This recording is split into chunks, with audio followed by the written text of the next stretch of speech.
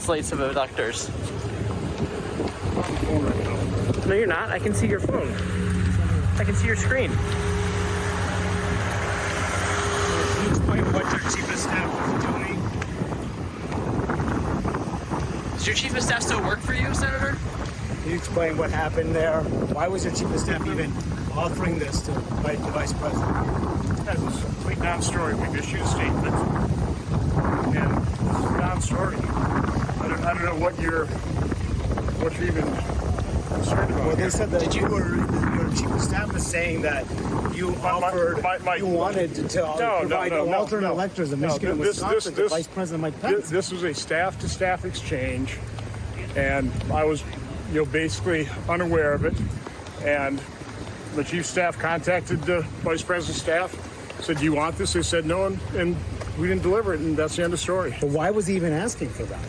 Because somebody delivered this to our office and asked to deliver that to the vice president.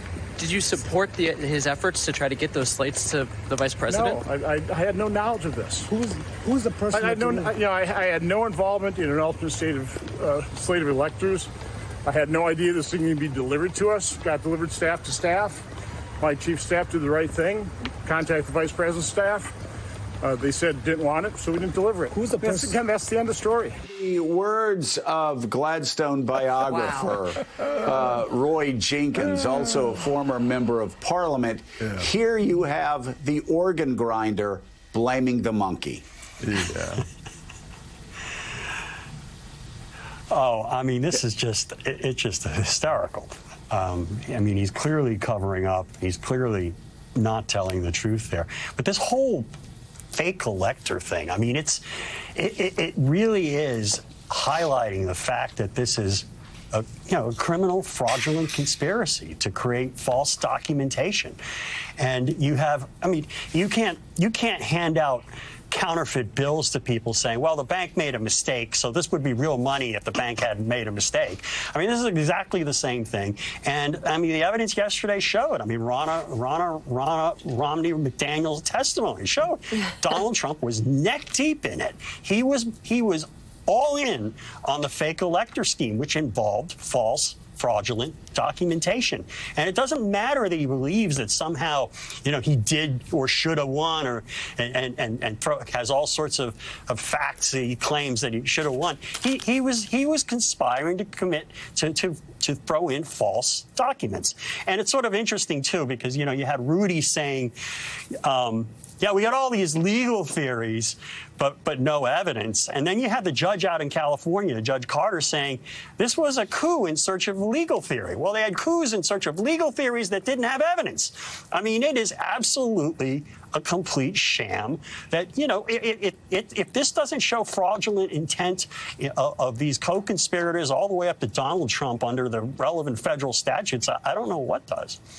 It's an extraordinary case that they're patching together. I mean, the conspiracy here, John Heilemann, is so widespread, and the thought that a chief of staff would pass along an alternate slate of electors that a member didn't know about is beyond preposterous. Well, Joe, it's worse than that. So I've watched all the video of Senator Johnson trying to respond to this question. Under his, once he moved past the fake phone call and answered the questions that he was asked. No, you're not. I can see your phone. You're not on your phone. Yes, I mean, look at that. Look at that. Painful. You don't even have to see the screen to know it's a fake phone call. So his explanation for this is what happened. A House intern, who is unnamed, passed along a slate of fake electors to his chief of staff, Senator Johnson's chief of staff, also unnamed, who then suggested that Senator Johnson should carry that slate of fake electors and put the slate of fake electors in Vice President Pence's hands on the day of the certification, that very day. And then he says, we sent an email or a text asking the Vice President's office whether he would like that. The Vice President's office came back and said, no. And so there's nothing to see here, Joe. Nothing to see here. That chain of events, unnamed House intern passes along a slate of fake electors to chief of staff, a powerful Republican, U.S. senator who then attempts to get it into the vice president's hands on that day, he says is a non-story. I'd like your analysis of how congressional offices actually work to kind of do an assessment of how plausible you think that account is.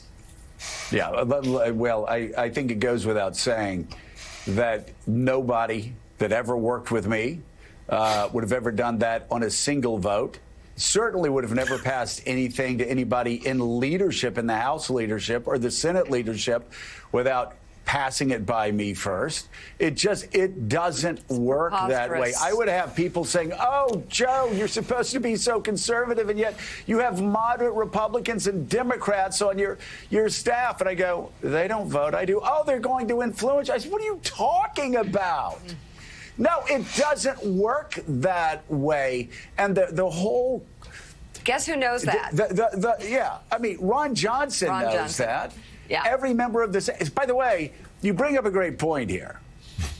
I know that's a lie because I served one of 435 in the little house. But in the House of Lords, this definitely never happens, right? And it certainly wouldn't happen with somebody that's been in office for as long as Ron Johnson's been in office. It will never happen that way. So everybody on the Hill, including other Republicans, know he's lying. The question is, of course, Jonathan Lemire, where do we go from here? Ron Johnson appears to have been caught up in the conspiracy. What's next for this committee? What's next for Ron?